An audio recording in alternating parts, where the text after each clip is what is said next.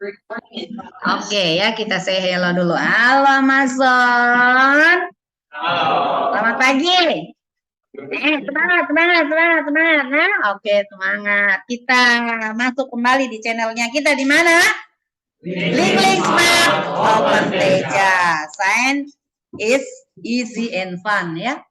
Fisika itu mudah dan menyenangkan. Jadi tanamkan itu bahwa fisika itu mudah dan menyenangkan. Supaya apa? Kamu senang belajar fisika dan merasa dimudahkan.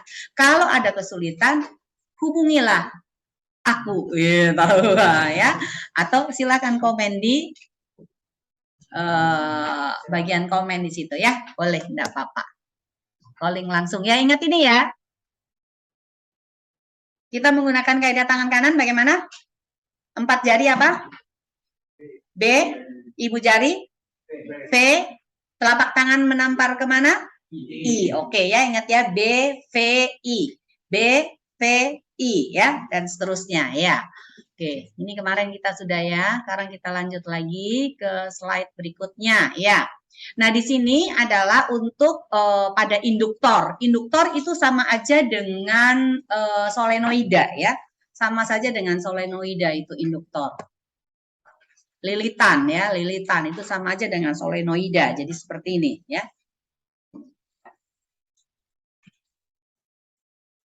Loh, kenapa ini? Oh, astaga, Tuhan Yesus ampuni saya. Belum dicolok. Iya, kok nggak bisa ya? Ternyata belum.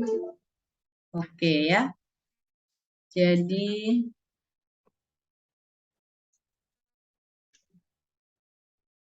biasa seperti itu. Ini solenoida gini ya. Nah, panjangnya solenoida itu kita tidak menggunakan L besar lagi seperti pada induksi ya, tetapi ini kita menggunakan L kecil. Kenapa? Karena variabel L besar itu selanjutnya dipakai untuk ini, induktansi diri. Nah, di sini ini ada percobaan ya, percobaan yang dilakukan itu dengan cara mengubah arus yang mengalir.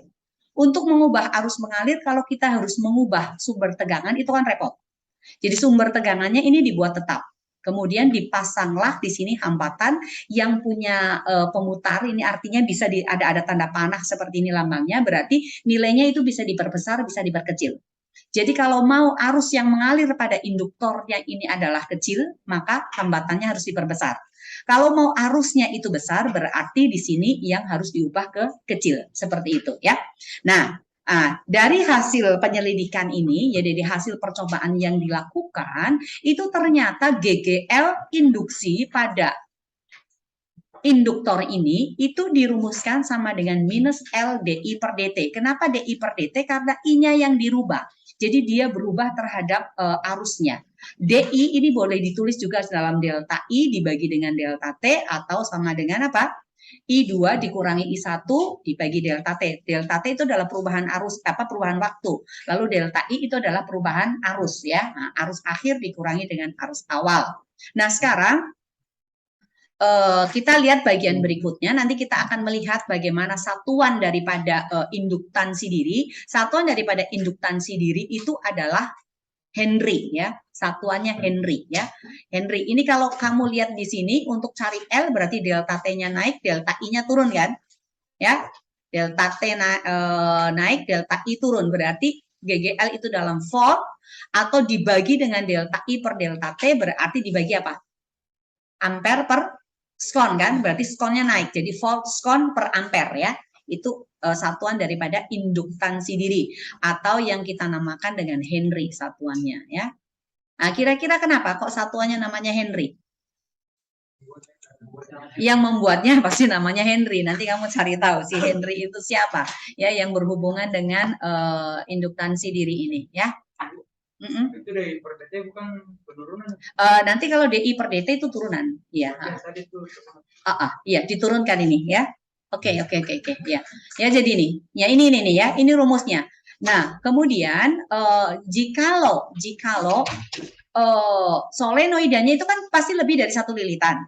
maka rumus yang GGL sama dengan min LDI per DT ini juga bisa sama dengan minus ND flux per DT. Ingat flux kemarin sama dengan apa? BA dikalikan dengan cos theta ya. Oke, BA dikalikan dengan cos theta. Nah, ini GGL juga sama dengan min LDI per DT juga sama dengan min ND flux per DT. Jadi kita samakan ini, kan sama-sama GGL sama dengan GGL kan, tanda minusnya hilang. Dan akhirnya kita mendapatkan rumus bahwa untuk induktansi diri, L ya, ini dalam satuan N flux per I. N flux per I, atau fluxnya kita masukkan lagi, akhirnya kita mendapatkan rumus L sama dengan mu 0 N kuadrat A per L.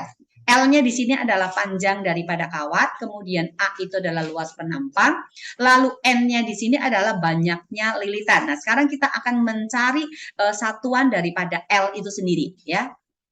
Pertama, satuan dari mu itu apa? Weber per ampere meter. Lalu satuan daripada A itu adalah meter pangkat 2. Satuan daripada L itu adalah meter ya.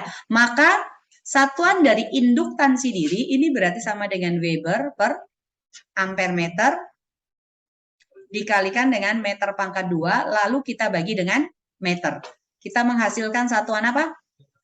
Oke, Weber per ampere ya. Satuan daripada L Weber per ampere. Selanjutnya ini juga disebut dengan Henry ya. Atau diberi lambang H ya. Diberi lambang H. Ya, seperti itu. Nah, ini untuk berlaku jika solenoida itu ada di udara atau di dalam udara di tempat vakum, artinya yang hampa udara. Itu kita menggunakan rumus yang ini. Nanti boleh kita namakan ini sebagai L0 gitu kalau di udara ya. Karena berarti kalau ada L0 nanti kita akan masukkan ke dalam larutan elektrolit ya. Nah, sekarang kalau misalnya solenoidanya itu tidak lurus, tetapi solenoidanya ini berbentuk dibengkokkan seperti ini, maka jadi namanya apa ini? Toroida. Nah, untuk toroida, maka panjang daripada ini kalau solenoidanya kan dikasih lurus kan, itu kan sama aja dengan kelilingnya. Keliling berarti sama dengan apa? 2pi R. Hanya saja R-nya ini adalah jari-jari efektif, yaitu R sama dengan apa? Di pertemuan yang lalu, A1 ditambah dengan, oh bagus sekali daya ingatnya ya, dibagi dengan 2. Ya, oke, seperti itu ya. Ya. Induktansi diri itu adalah,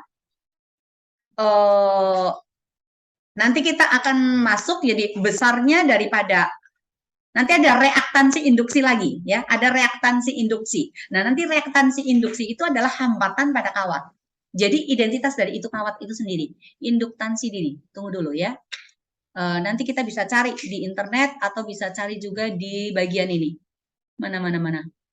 Kayaknya ada deh pembahasannya, atau kamu coba cari dulu di buku cetak. Pasti ada ya. Nah, oke ya. Ada itu pasti, tidak mungkin tidak ada. Makanya itu buku cetak dibaca dulu sebelum pelajaran. Nah, sekarang kita lari ke sini dulu ya. Kita lari ke sini dulu. Sebentar, nanti Bu carikan definisi lengkapnya tentang induktansi diri. Ya. Nah, sekarang di sini, ini kita masukkan ke dalam bahan. Tadi kalau ini solenoidanya berada di udara, L-nya sama dengan apa? Mu 0 N kuadrat A dibagi dengan L ya. Nah, ini kita anggap sebagai L0.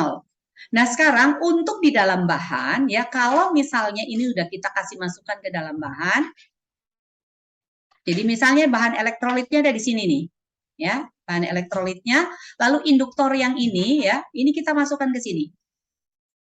Nah, bahan ini itu memiliki permeabilitas itu adalah mu. Maka untuk masuk di sini, di mana mu-nya, ini memiliki permeabilitasnya adalah mu R. Nah, mu-nya ini maka kita gantikan dengan mu, bukan pakai mu 0 lagi. Jadi L dalam bahan ini menjadi mu dikalikan dengan N kuadrat A dibagi dengan L. Nah, mu di sini itu adalah hasil kali antara mu R dikalikan dengan mu 0. Ya, mu R dikalikan dengan mu 0. Maka ini akan jadi apa? mu R dikalikan dengan mu 0 dikalikan N kuadrat A, ini kita bagi dengan L. Nah, tadi ini sama dengan apa nih? Sama dengan L0 kan? Maka L di dalam bahan itu akan menjadi mu R dikalikan dengan L0 ya. Jadi mu R itu boleh juga sama dengan L dalam bahan dibagi dengan L0 seperti itu.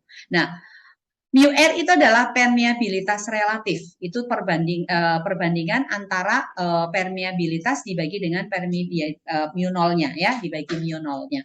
Seperti itu ya. Ini untuk induktansi diri di dalam vakum L-nya ya, lambangnya adalah L ya. Jadi kalau kita lihat tadi L itu rumusnya apa ini?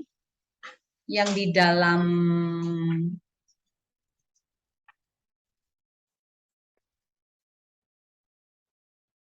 mana tadi ini? Bentar ya. Nah ini ya, yang sebelumnya ini. Ini L ini kan flux dibagi dengan I kan. Jadi dari sini pun kita sebetulnya sudah bisa mencari definisi daripada induktansi diri. Flux itu apa? Banyak garis-garis gaya yang masuk ke dalam kumparan. Jadi induktansi diri itu adalah perbandingan antara banyaknya garis-garis gaya yang masuk ke dalam kumparan dengan arus induksi yang timbul pada kumparan. Ya, bisa dari sini ya. Kita bisa mencari definisi daripada induktansi diri. Banyaknya perubahan flux di dalam kumparan dibandingkan dengan arus. Bisa juga seperti itu ya. Arus yang timbul. Permeabilitas sama permisivitas itu sama. Permisivitas kayaknya kita menggunakan huruf E ya. Atau emisivitas itu, Ibu lupa. Ya, nanti kita cari ya.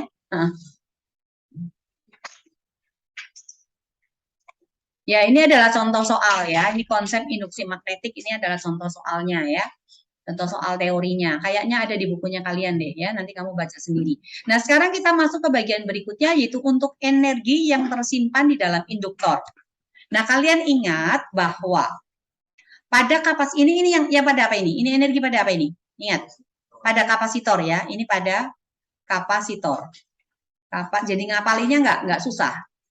Nah, analog dengan ini, maka besarnya induksi energi pada induktor itu sama dengan ini.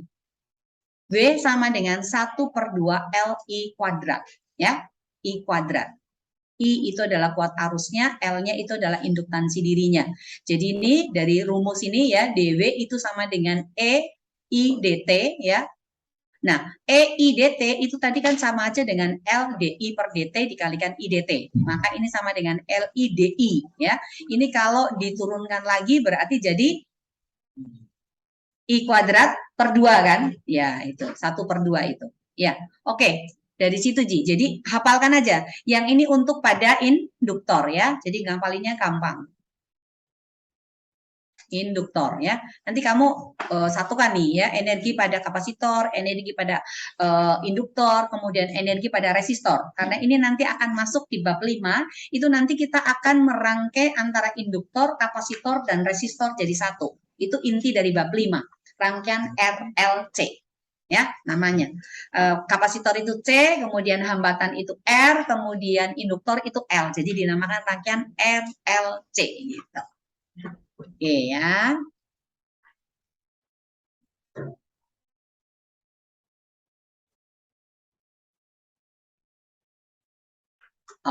Nah, ini adalah untuk aplikasi induksi elektromagnetik ya. Aplikasi induksi elektromagnetik itu biasanya pada generator listrik ya. Bisa juga di dalam apa namanya? Biasa itu untuk mengangkat rongsokan-rongsokan yang terbuat daripada besi ya. Itu juga menggunakan elektromagnet ya di sana. Jadi memindahkan dari satu tempat ke tempat yang lain, ada mesinnya, itu pada saat mau mengangkat, itu arusnya atau saklarnya ditutup, kemudian setelah sampai di tempat pembuangan, atau masuk ke dalam truk, kemudian saklarnya dibuka kembali maka terlepas. Nah, itu menggunakan elektromagnet juga ya. Banyak sih alat-alat yang menggunakan elektromagnet. Salah satunya adalah ini ya, generator arus bolak-balik. Kalau ada arus bolak-balik nanti tentunya pasti ada generator arus searah. Nah, arus bolak-balik ini berarti naik turun ya. Grafiknya itu adalah merupakan grafik sin. Ada GGL maksimum dan ada GGL minimumnya. Nah, karena grafiknya ini berupa grafik sinus, maka persamaan daripada GGL itu sama saja dengan NBA omega sin omega T. Ya, NBA omega sin omega T. Untuk maksimumnya itu adalah ini ya, NBA omega itu adalah GGL-nya. Nah, jadi rumus ini pun boleh berubah. Jadi apa? E berarti sama dengan apa? EM dikalikan dengan sin omega T. Ya, jadi sinus maksimum itu nilainya berapa? Sama dengan 1. Yang perlu kamu ingat lagi, omega sama dengan apa? 2 PF. Lalu omega dikalikan dengan T sama dengan apa? Radian per skon dikalikan dengan skon. Skonnya kan hilang. Radian itu satuan dari apa? Sudut kan? Sama dengan theta.